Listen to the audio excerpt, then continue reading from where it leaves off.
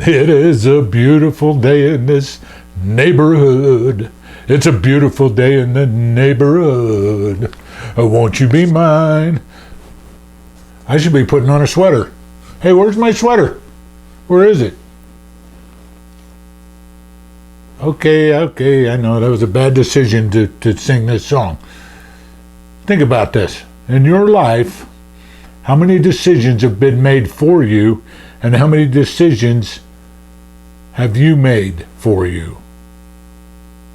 Is that a conundrum there? How many decisions were made for you, and how many decisions did you make for yourself? I'm in the automotive industry, have been for a long time, and it amazes me, and I find it fascinating still, and this isn't just inherent in the automotive industry, it's throughout the sales, actually throughout the world. How many salespeople I talk to, I deal with, I train, I try to help, are constantly looking for something else to do. Every time something bad happens to them, they're ready to quit, they're ready to move on. If somebody came to them and offered them a job that paid them $2,500 a month, now, I'm not saying that you shouldn't do that, but what I'm saying is in sales, your income is unlimited, and if somebody offered them $2,500 a month for a 40-hour work week, they would quit. Now, I read in a Napoleon Hill book that 98 out of 100 people in this world who are working for wages right now didn't choose their career chose them. 2 out of 100 chose their career. What a difference it would make if you chose your career instead of your career choosing you. Then I started in the automotive industry in 1981. I moved to California with my lovely bride at the time, planning on going to college because state college was cheaper in California. So we were going to go there, start a residency, and go on from there. Now I digress. That was a conscious choice I made to move to California, and in hindsight, it ended up being a good one. But I needed a job, so I went and applied for a couple of jobs, and one of them was a car salesman. Said they needed car sales, and if you had all of the good things, the same ad that runs now, basically is what you see. You can make a lot of money, 100,000 if you're good people and all these things. The one thing that caught my eye though was that you got a free car to drive. Well, I get a car to drive and all I got to do is sell them? That's easy. I could probably sell 100 cars a month.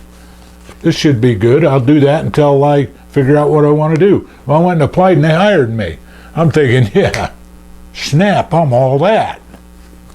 Until I got to work the next day and saw there was 10 other people just like me, and what they did was hire 10 people, hope they found one good one. Now, did they find a good one in me? Eventually they did, but I didn't make the choice that I wanted to be a car salesman. I don't know that anybody wakes up saying, you know what, I'm going to be a car salesman the rest of my life. I didn't make that conscious choice. I still hadn't decided what I wanted to do, so my career chose me at the time. And what happened? It was a roller coaster. A roller coaster. I made a lot of money. I didn't make any money. I was broke. I wasn't broke. Mostly I was broke. Had a tab at the elbow room. Took most of my check. Then I even one time, I was so broke, I borrowed $1 from 30 different people. Now we had 50 salespeople at the time. And I borrowed $1 from a bunch of them so that I could eat that week and provide food for my little family. Now I didn't make a conscious choice to be broke, but I made a conscious choice not to choose what my career was, and what resulted was a roller coaster ride of broke, not broke, broke, not broke, and I was constantly thinking about what I needed to do to get out of this crazy business because there was no equality through my income. Constantly was thinking about that. Now, I didn't choose to be broke. I didn't choose that I would have no self-control. I didn't choose to have 2 failed marriages. I didn't choose to hitchhike home with just a bag of clothes. I was so broke. I didn't choose those things. They chose me. And when when life chooses you, it's a roller coaster. You know, in 1988, I decided, now notice I say I decided that the automotive business was my career, that I was going to do it for the rest of my life. I took a step across that line. I laid out on the ground this imaginary line, and I said, this is my career. I'm going to do this. I'm going to make the commitment that this is what I'm going to do. When every little bad thing came along, when I was broke one month, when I didn't sell any cars, I didn't decide I wanted to quit. I was committed to this, and I knew it was a marathon, that it wasn't a sprint. You know what happened? Miracles. I found management. I found the ability to train salespeople. I found out that I was really good at motivating salespeople to stay consistent, to stay with what they wanted. I met a mentor who taught me how to treat customers well, who showed me a side in this automotive industry that was wonderful. If I look back on my career, I can say to myself, I was pretty successful in this business. A couple of things that kept me there, that changed when I made that choice, was that I was consistent. Again, I read in Napoleon Hill's Think and Grow Rich, and if you haven't read that book, read it. 98 out of 100 people are in a career that they did not choose. It chose them. Why? If you ask those same 100 people why they go to work, you're going to get 100 different answers. Some of them, they just don't know for sure. They go to work because that's what you do. You have to make money so that you can live. Make a conscious choice about what your career is going to do. Unfortunately, most of us don't know how to make that choice. So what do? We make a choice, we find a setback, we quit. We make a choice, it doesn't work out the way it should, we quit. We set a goal, 2-3 days we're after it, it doesn't work out the way we want, we quit.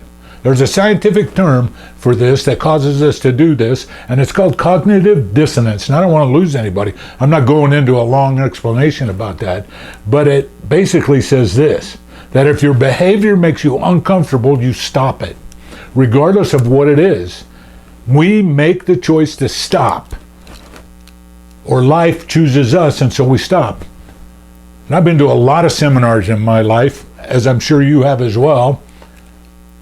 And all of those experts, they make it sound so easy. All you have to do, Bob, is make the choice. Just believe. Just believe. Positive affirmation every morning. Now, those things are good, but they make it sound so easy. But why is that number, 98 out of 100, so high? Again, the answer is easy. They tell us what we need to do, but we don't know how to make a decision. Changing your life is a long process. The problem is, New Year's resolutions are a good example of this. We set a resolution we want to work out. We want to exercise more. We know what to do. We know how to do it. We know all of the rules. And so because we know everything, what do? We set up this great, big, audacious, hairy goal that we're going to reach. The trouble is that we tell ourselves we're going to reach it tomorrow. So we join Vasa, we go to the grocery store, we buy hundreds of dollars worth of fruit and vegetables and food that we never eat. And we do all of these things. We're going to make this great change. And for a couple of days, we're like, whoa, I'm the man. Yeah, I'm changing. Then we wake up 2 or 3 days later and we can't walk because we're so sore because we think we can still do what we did 20 years ago when we built into that. Or we have to work until midnight and we're supposed to get up at 5:30 and go to the gym. And we're tired, so we say, you know what, just this once. Or we come to work and there's a box of donuts, my personal weakness. Box of donuts, ooh, man, one donut's not going to do anything. So we justify that. Or we say, well, I'll just work out a little bit harder and we eat it. And this is the way it goes. Skip, justify, makes us uncomfortable, so we quit. Most of us want to change, but we try to do it all at once. Jim Rohn put it very well when he said, look, if you want to eat better, if that's your goal, you want to eat better, start small. What do I mean by starting small? Tomorrow morning, eat an apple. That's all you had to do, eat an apple. The next day, eat an apple. The next day, eat an apple. What have you done? You've reached your goal. You're eating better. Start small. Again, most of us don't know how to make the decision, don't know how to make the small changes so that we can accomplish that big, audacious, hairy goal that we want to make. We want to make hundreds of thousands of dollars. We want our marriage to be better. We quit because it makes us feel bad, and we don't like that. We go away from things that make us feel bad. We tell ourselves everybody else is doing it. You look in the gym and you see these guys. I'm never going to look like that. I don't want to look like that. You know, Instagram's another good example of that. We look at these lives on Instagram and we think, wow, they're perfect lives. No, they're not. Their life is no different than yours. They just happen to try to make it seem like life is better with them. It's not. You want to change your life? It is that easy. It's that easy. You just need to know how to make those small decisions. What should you do? Is it worth an investment for you in the rest of your life to learn how to do that? To change your income? To change your marriage? To change your attitude? To choose your career instead of your career choosing you? Invest in your future. Now is the time. You owe it to yourself. Change your life now. We can help. Remember, you're always in the right place at the right time if you have the right attitude. Make it happen.